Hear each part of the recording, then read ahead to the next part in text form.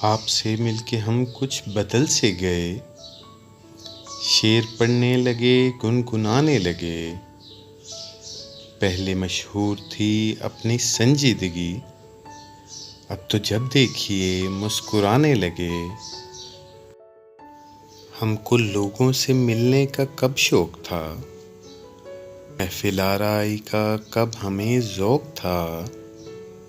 आपके वास्ते हमने ये भी किया, मिलने जुलने लगे, आने जाने लगे। हमने जब आपकी देखी दिलचस्पियाँ, आ गईं चंद हम में भी तब्दीलियाँ। एक मुसव्विर से भी हो गई दोस्ती, और गज़लें भी सुनने सुनाने लगे। आपके बारे में पूछ बैठा कोई, क्या कहें हमसे क्या बदहवासी हुई।